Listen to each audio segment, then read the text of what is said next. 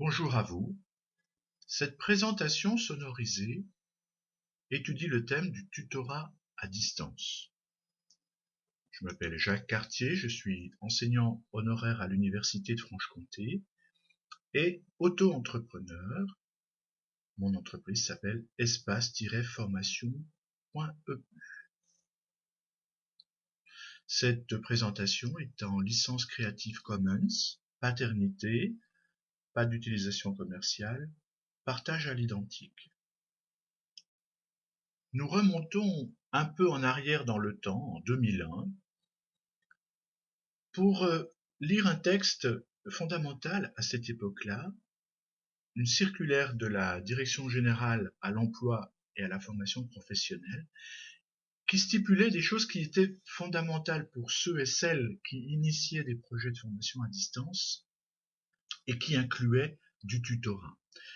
Ce texte dit que les modalités d'assistance pédagogique et d'encadrement constitueront un élément central d'appréciation de la réalité de la formation.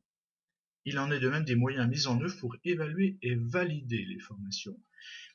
Et puis, dans le deuxième paragraphe que j'ai sélectionné, il est indiqué que la simple cession ou mise à disposition de supports, manuels, logiciels, matériels, à finalité pédagogique n'a pas la nature d'une action de formation professionnelle et doit être analysée selon les circonstances comme une livraison de prestations, de services ou de biens. Donc vous voyez que ce texte, déjà en 2001, était super important puisqu'il mettait en avant qu'il fallait que la formation soit accompagnée. Le mot tuteur n'apparaît pas, mais le texte est quand même très clair.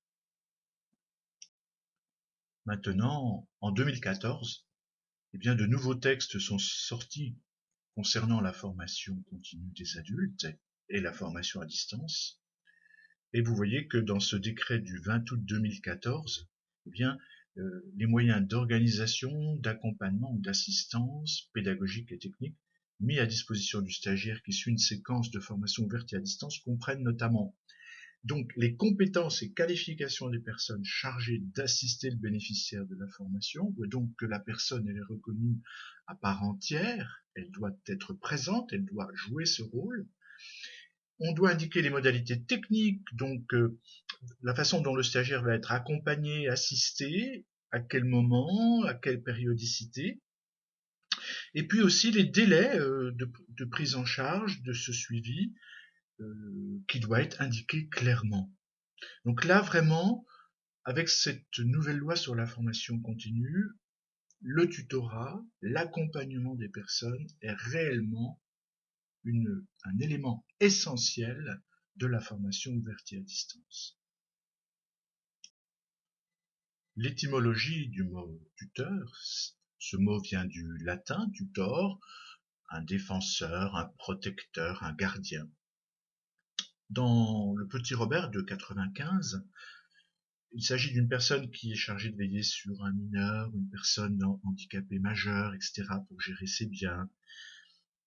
Ça peut être aussi une tige, une armature de bois, de métal que l'on fixe dans le sol. Celles et ceux qui s'adonnent au jardinage voient de quoi je parle. Mais la troisième définition, il s'agit d'un enseignant qui suit, assiste et conseille particulièrement un élève ou un groupe d'élèves. Donc vous voyez que ce rôle est ancien puisqu'il n'a pas attendu la distance pour exister.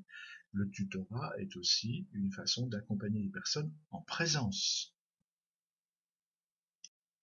Dans la diapositive précédente, nous avons évoqué le fait que le tutorat sert beaucoup dans une modalité en présence. Dans la situation présentielle, la situation en présence, le stage habituel dans une salle, donc le formateur et les apprenants, peut-être pas toujours dans cette configuration que vous voyez à l'écran, eh bien, le formateur peut corriger le tir, si j'ose dire.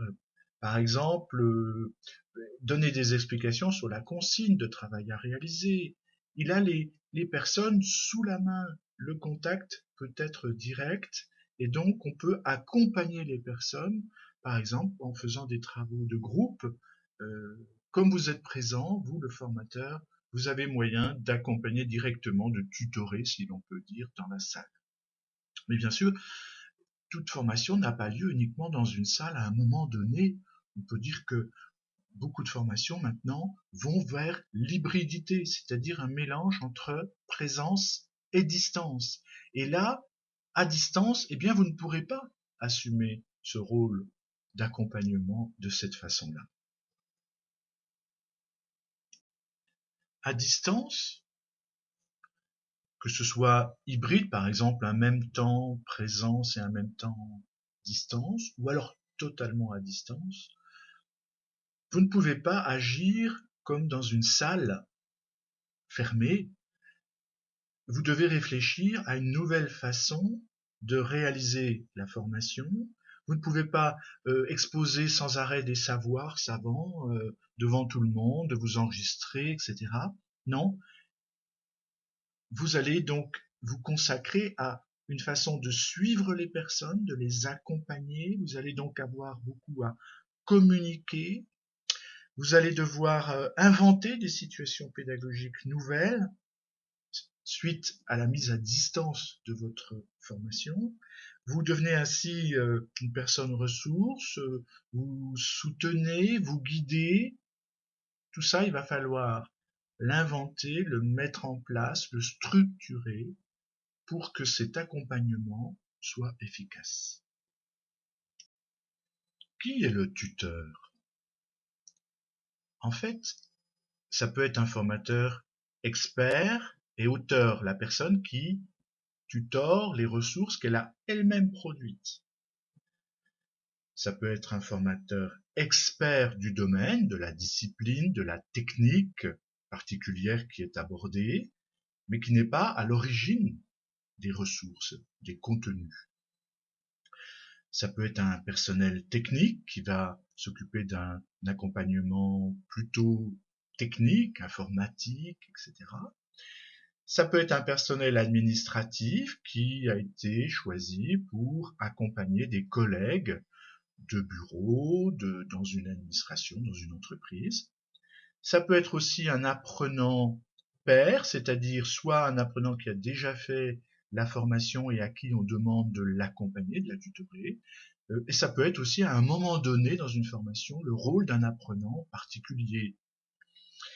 Vous voyez que selon la formation qui est mise en place, selon le degré de technicité des contenus, eh bien, plusieurs personnes vont pouvoir jouer le rôle de tuteur. Alors bien entendu, on va être confronté à un problème financier. Il va falloir régler ces personnes puisque dans certains lieux, comme à l'université, la Télé-Université du Québec, eh bien, le tutorat est un métier. On recrute des personnes que l'on salarie. Parfois, dans les formations dont j'ai eu la charge, eh bien, il s'est avéré que le formateur s'appelait formateur-tuteur.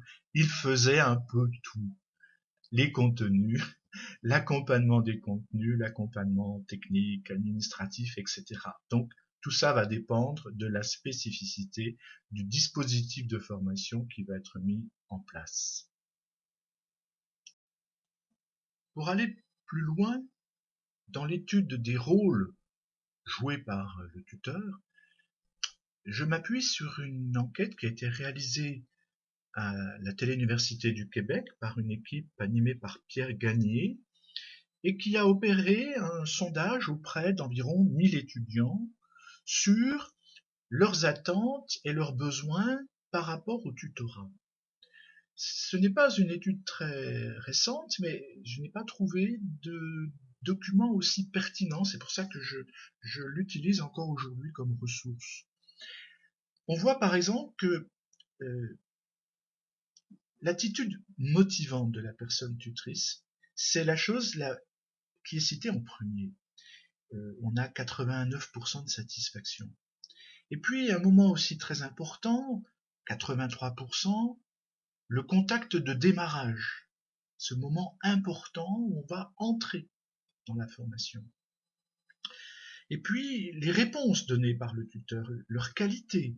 Vous voyez que le pourcentage est à 82%. La facilité de joindre cette personne. Si elle répond au bout de 15 jours, ça va pas marcher. Et là, on a aussi 82%. Et puis on n'y pense peut-être pas suffisamment, le soutien à la motivation, 78%. Aider les personnes à aller au bout, aider les personnes à ne pas abandonner. Et ça, c'est un rôle qui est très important, puisque c'est le risque inhérent à la formation à distance.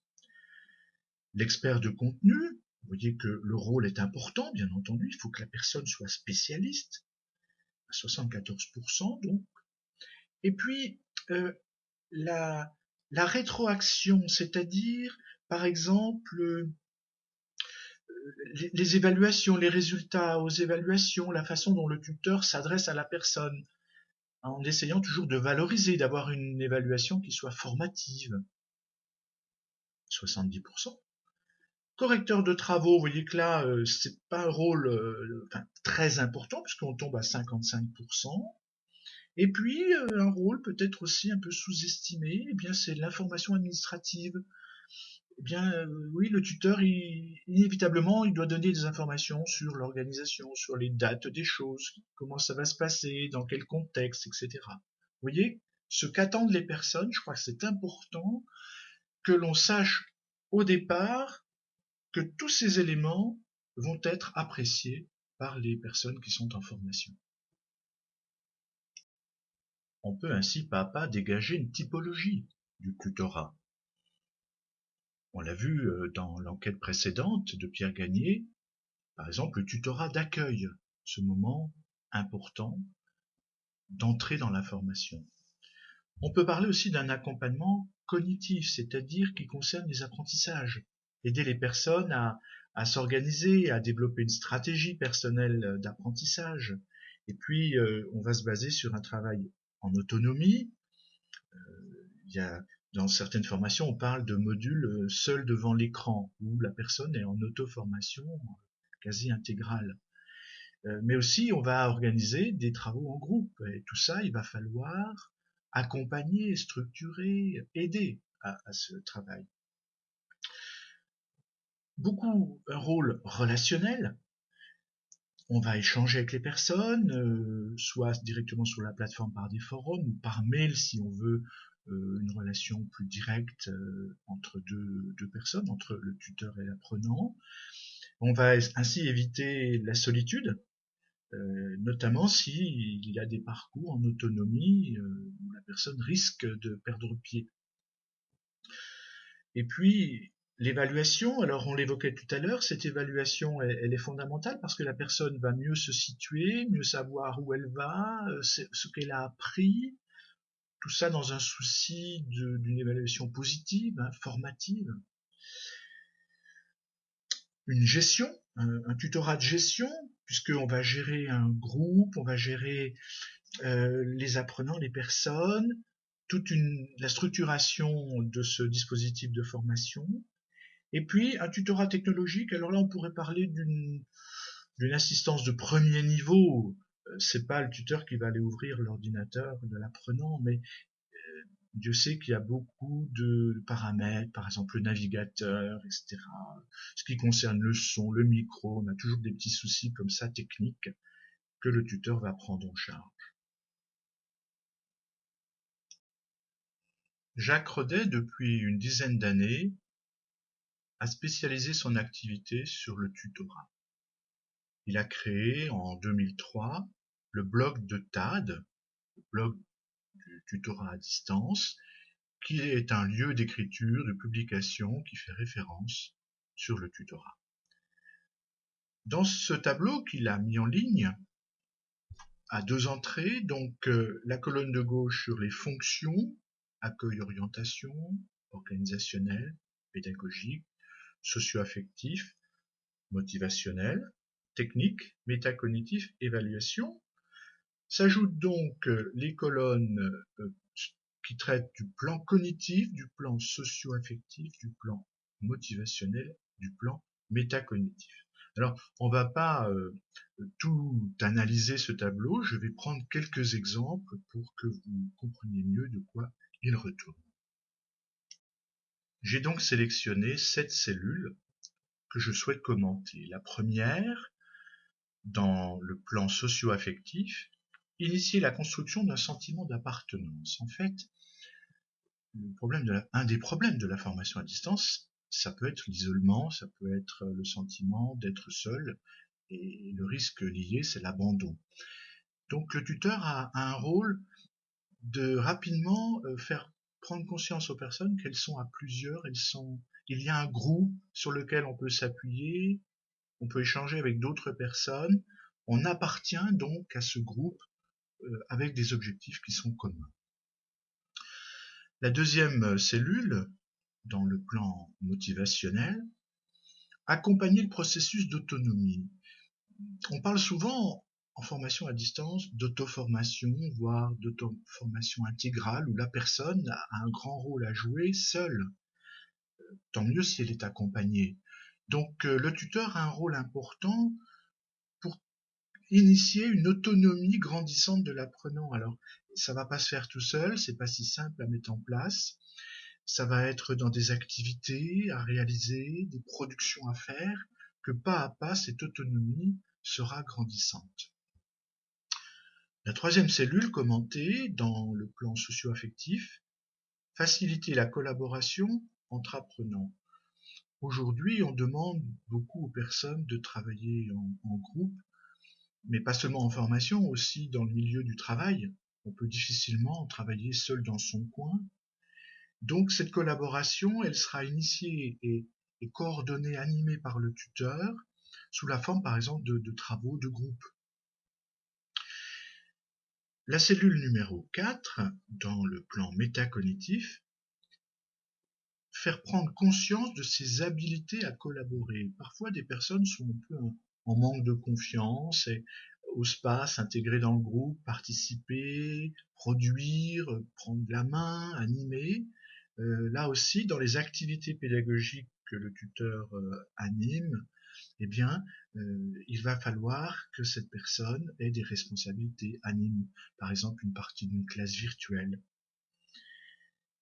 La cellule numéro 5, dans le plan socio-affectif, susciter l'entraide technique entre apprenants.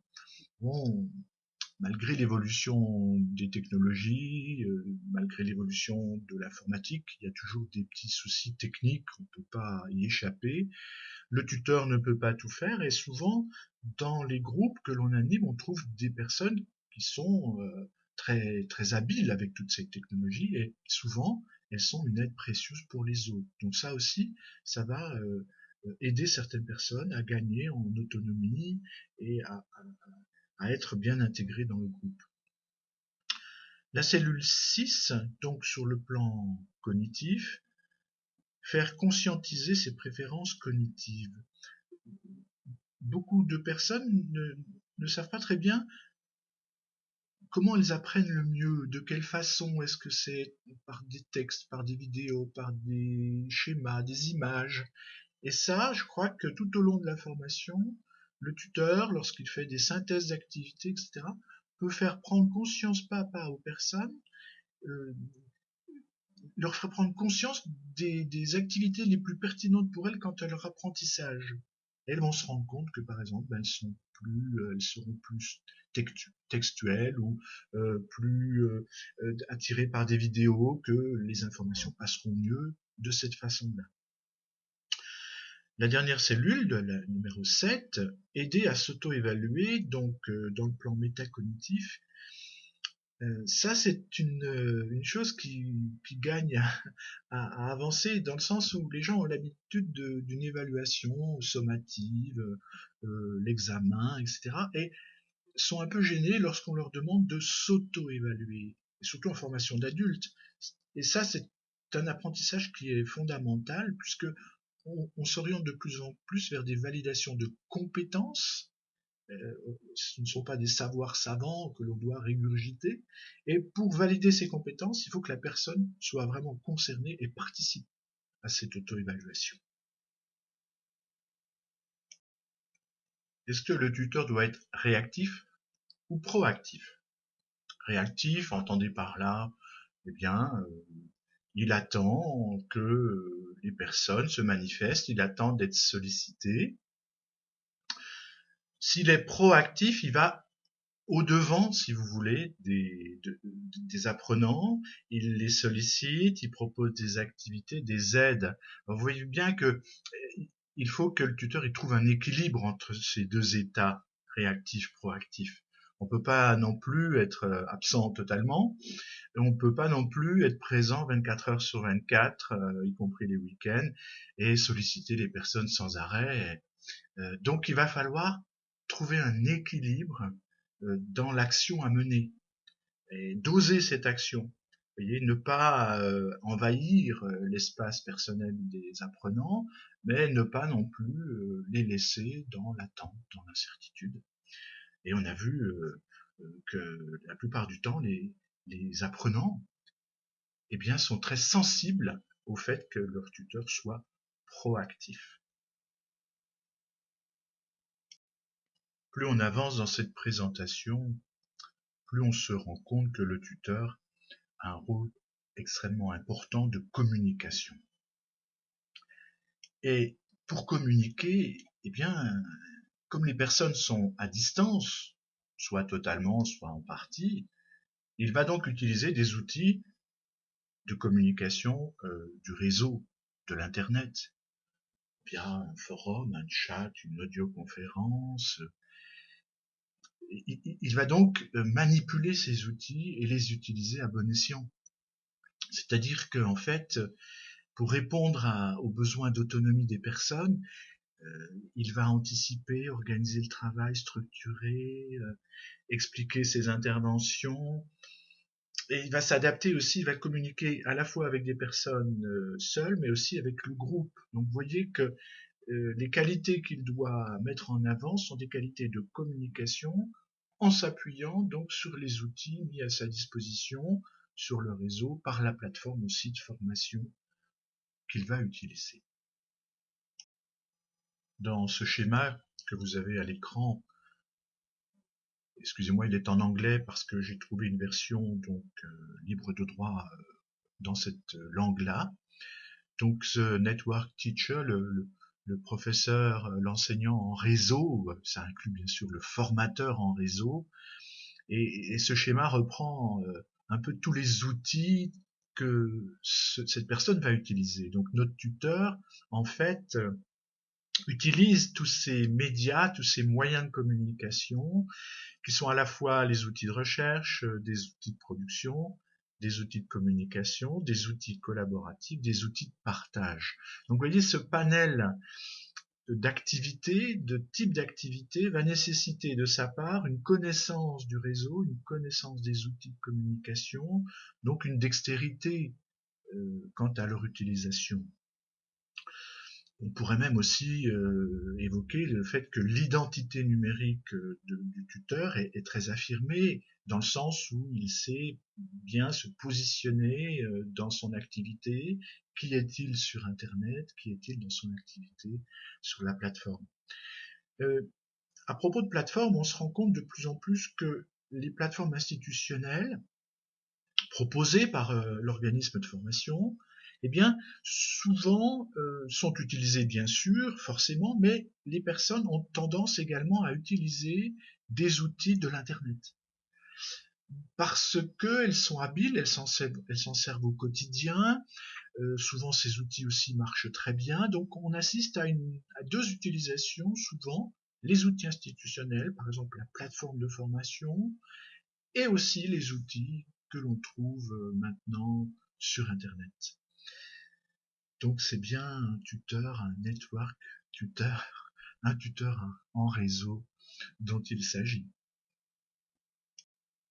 Quelques ressources à votre disposition, notamment une charte du tutorat, une charte du tuteur relais. Tout ce qu'on a évoqué dans cette présentation nécessite que les choses soient clairement définies par un organisme de formation et qu'il y ait l'existence d'une charte qui va définir précisément les rôles du tuteur. On voit même que à la Téléuniversité du Québec, eh bien c'est un métier. Il y a actuellement sur Internet un recrutement qui est organisé et vous devenez tuteur avec un salaire selon le nombre d'heures que vous allez réaliser.